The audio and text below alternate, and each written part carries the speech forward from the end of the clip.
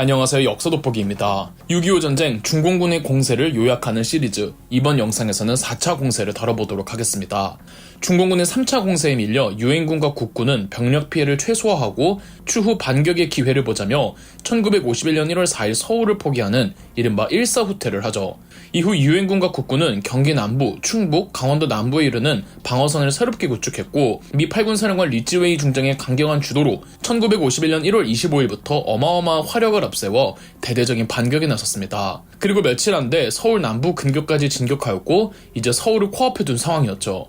하지만 중공군도 기껏 뺏은 서울을 놓칠 수 없었고 펑더화에는 또 한 번의 공세를 준비했습니다. 서부전선에서는 서울 남부 근교까지 유엔군과 국군이 진격했지만 아직 중부전선에서는 큰 성과를 보이지 않을 때였습니다. 중공군의 펑더화에는 경기 동부, 강원도 서부에 주둔하고 있는 중공군을 서울 남부로 이동시켜 서부전선에 있는 유엔군과 국군의 후방과 측면을 공격해 유엔군과 국군을 포위해 서울 진격을 막는 작전을 수립했습니다. 이게 중공군의 4차 공세입니다. 측면과 후방을 노려 포위하는 전형적인 중공군의 전술이고 여태 3차례에 걸친 중공군의 이러한 공격에 언제나 우리가 당했죠.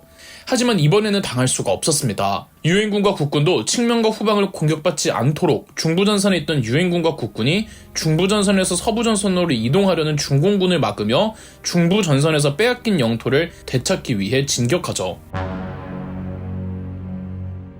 중공군이 진군 루트로 삼은 두 곳이 경기도 양평의 지평리와 강원도 횡성이었습니다. 경기도 양평의 지평리와 강원도 횡성을 통해 우회하여 서울 남부와 경기도 남부로 진군해 우리의 측면과 후방을 공격할 계획이었죠.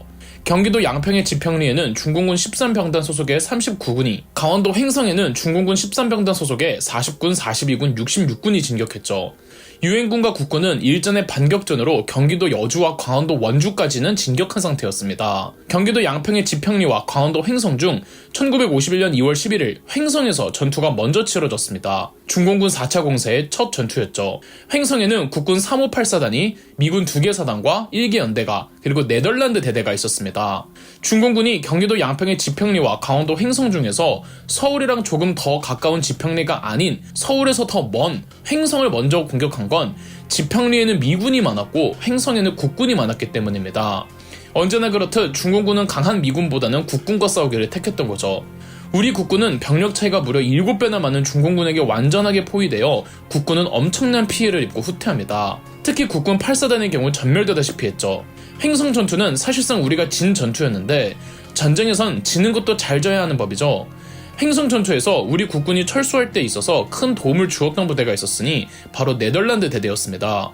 횡성 전투에선 네덜란드 대대가 횡성 시내 최후방에 있었는데 횡성 시내를 통해 횡성 밖으로 후퇴하려는 국군과 미군의 철수 시간을 확보해주기 위해 횡성 시내에서 네덜란드 대대가 횡성에 남아 중공군과 싸우며 가장 마지막에 철수합니다. 횡성 시내로 들어오려면 섬강을 건너야 하고 섬강을 건너려면 횡성교가 유일한 다리였는데 네덜란드 대대가 횡성교를 막고 방어하며 무려 24시간의 시간을 벌어주었습니다. 사령관이 직접 전투에 참여할 정도로 횡성 전투는 치열했고 네덜란드 대대의 사령관이었던 마리누스 덴 오우덴 중령 역시 전사하죠. 횡성 전투는 2월 13일 끝이 났고 네덜란드 대대의 숭고한 희생 덕에 그나마 희생을 최소화하면서 국군과 미군이 횡성을 빠져나갈 수 있었습니다. 중공군 4차 공세의 첫 전투였던 횡성 전투에서 패배했으니 중공군의 4차 공세는 성공이었을까요? 그렇지 않았습니다. 아직 경기도 양평의 지평리 전투가 남아있잖아요. 지평리 전투는 횡성 전투가 끝난 2월 13일 동일에 벌어졌습니다. 당시 사령관 리찌웨이 중장은 지평리가 뚫리면 바로 서울이니 무조건 사수하라는 지시를 내렸습니다.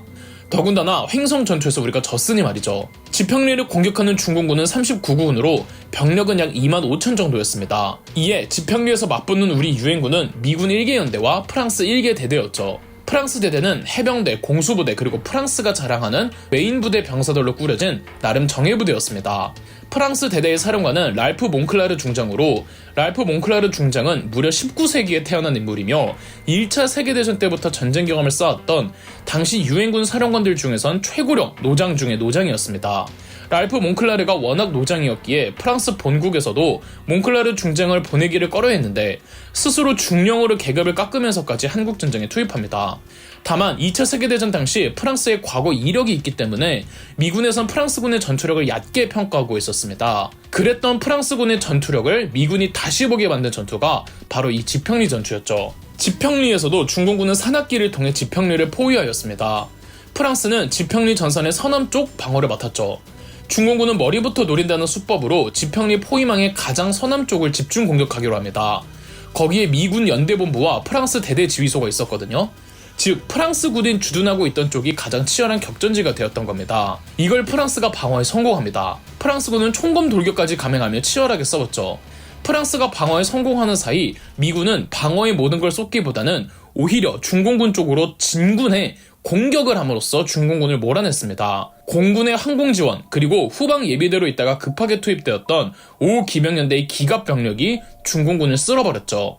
기습과 포위에 능한 중공군이었지만 그리고 그런 중공군의 기습에 어느 정도 피해도 있긴 했지만 제대로 전차와 맞닿이를 깨니 중공군은 그냥 쓸려 나가버리기만 했죠. 2월 15일 지평리 전투는 유엔군의 승리로 끝이 납니다. 지평리 전투를 승리함으로써 이전 횡성 전투를 통해 중공군의 횡성을 차지했어도 아무런 의미가 없게 된 겁니다. 지평리 전투의 승리로 서울로 진격해 유엔군과 국군을 측면과 후방에서 공격하려던 중공군의 4차 공세가 완전히 좌절되고 말았습니다. 중공군의 4차 공세는 이렇게 막을 내릴 수밖에 없었죠.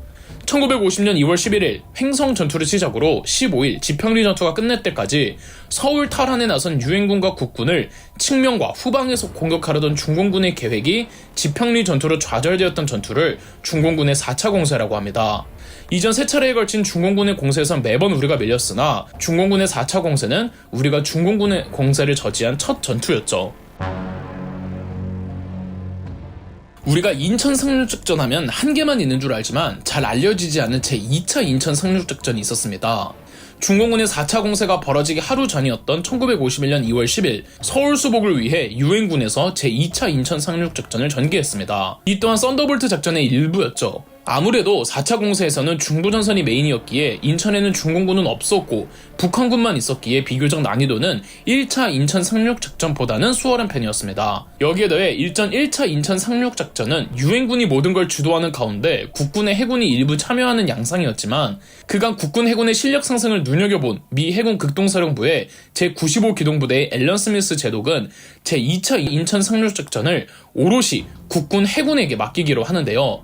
따라서 제2차 인천 상륙작전은 국군 해군의 힘만으로 추진한 작전이었습니다. 국군의 해군과 해병대 1개 중대가 2월 10일 인천에 상륙 후 안전하게 교두보를 확보했습니다. 상륙을 한 해군과 해병대는 곧장 인천시청까지 진격했고 다음날 2월 11일 지원부대가 도착해 인천을 탈환합니다.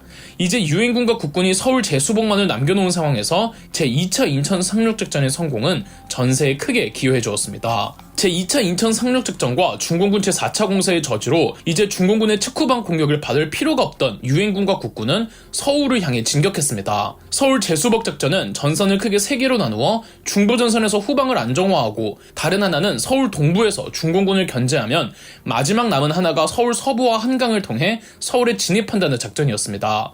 도저히 모든 전선을 다 감당할 수가 없던 중공군 펑더화이 사령관은 3월 13일에서 14일 서울에서 후퇴하였고 후퇴하자마자 3월 14일 국군 1사단 제15연대가 마포를 통해 서울역을 지나 중앙청까지 들어갔습니다.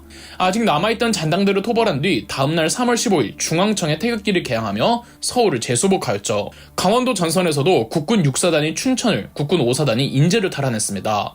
중공군의 펑더화이는 서울을 빼앗긴 실책을 만회하기 위해 영혼까지 힘을 끌어모아 기존의 공세와는 비교도 안 될 정도의 규모로 5차 공세를 준비합니다. 그럼 역사 돋보기였습니다. 저희 역사 돋보기가 멤버십 가입을 시작했습니다. 멤버십 가입을 해주신 분들 덕분에 영상 제작에 큰 도움이 되고 있습니다. 감사합니다. 영상 재미있으셨다면 구독과 좋아요, 알림 설정까지 해주시면 감사드리겠습니다.